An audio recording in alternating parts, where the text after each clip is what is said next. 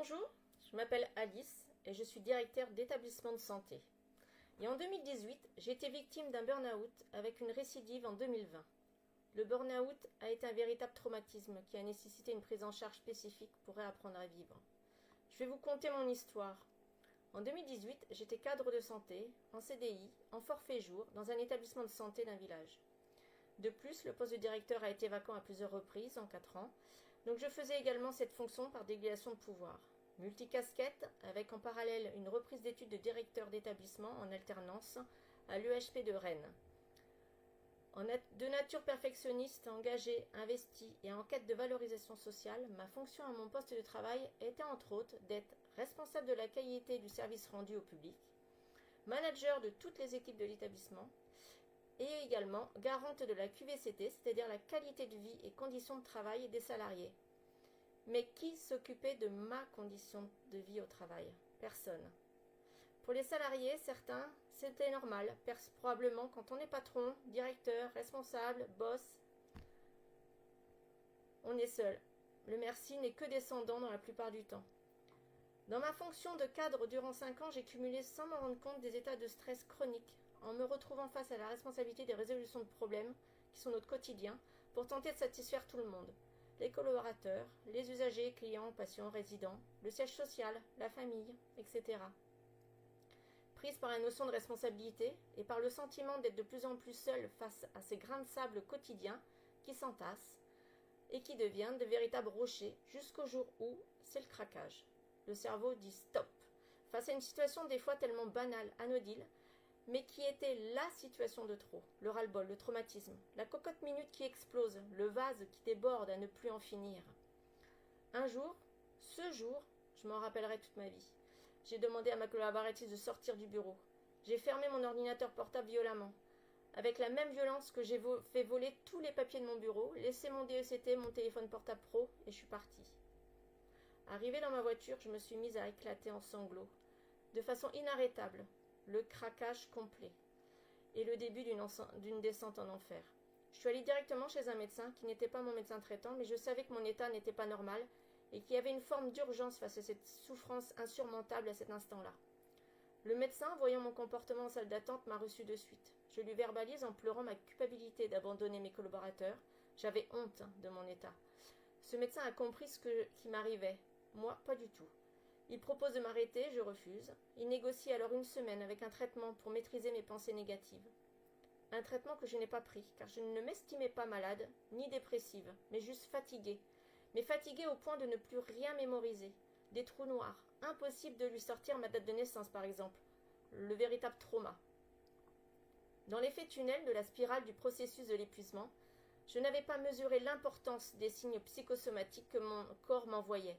Maux de tête type migraine régulièrement, insomnie en pensant à mes journées de travail et en me projetant dans les prochaines, perte de mémoire, oubli, erreur, hypersensibilité, boule dans la gorge avec les larmes aux yeux parfois en arrivant au travail sans savoir pourquoi, surtout qu'au final mon bilan de journée s'était plutôt bien passé, alors je me disais « ça va aller, je suis juste fatiguée ».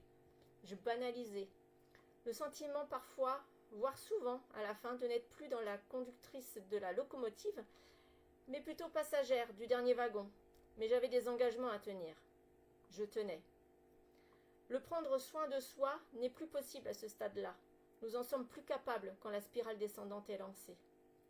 Finalement, j'ai été arrêtée 6 mois avec prise en charge psychologique en thérapie cognitivo-comportementale, TCC. Ensuite, j'ai tenté de revenir à ce travail. Le premier jour, contente de reprendre. Deuxième jour, je me rends compte que rien n'a changé. Je retrouve cette sensation désagréable de boule dans la gorge, oppression. Troisième jour, je ne peux plus y aller. Je pleure. J'ai démissionné pour tourner la page et fuir cet environnement de travail et retrouver un autre emploi. Mais l'épuisement laisse des traces dans votre vie familiale et vie affective. Cela peut être l'incompréhension de vos proches, même le jugement. Oh, et secoue-toi, hein. T'es à la maison en arrêt et tu fais rien. Car le burn-out, ils ne connaissent pas, ou ils pensent connaître mais ne se rendent pas compte de l'impact traumatique pour la personne elle-même. Pour eux, la vie continue, alors que pour nous, nous ne sommes plus au même rythme de vie. L'épuisement chronique se traduit par un fort déséquilibre en vie professionnelle, vie familiale, vie sociale, vie amicale. Ces 4 piliers font la stabilité d'un être humain, Mais quand on a au moins 2 de ces piliers qui s'écroulent petit à petit, le glissement est certain.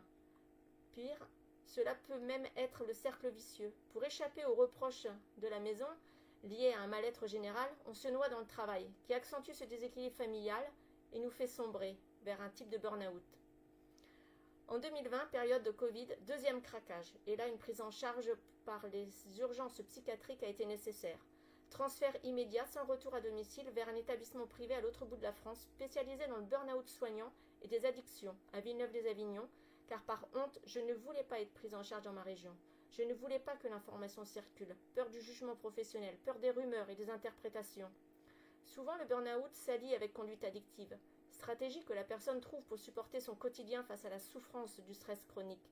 Le travail est aussi une addiction, tout comme l'alcool, drogue, sexe, jeux d'argent, etc. Et on peut les cumuler en plus. Par chance, j'en avais qu'une addiction, celle du travail, par la force des choses, mais ce qui a simplifié ma prise en soin en termes de timing.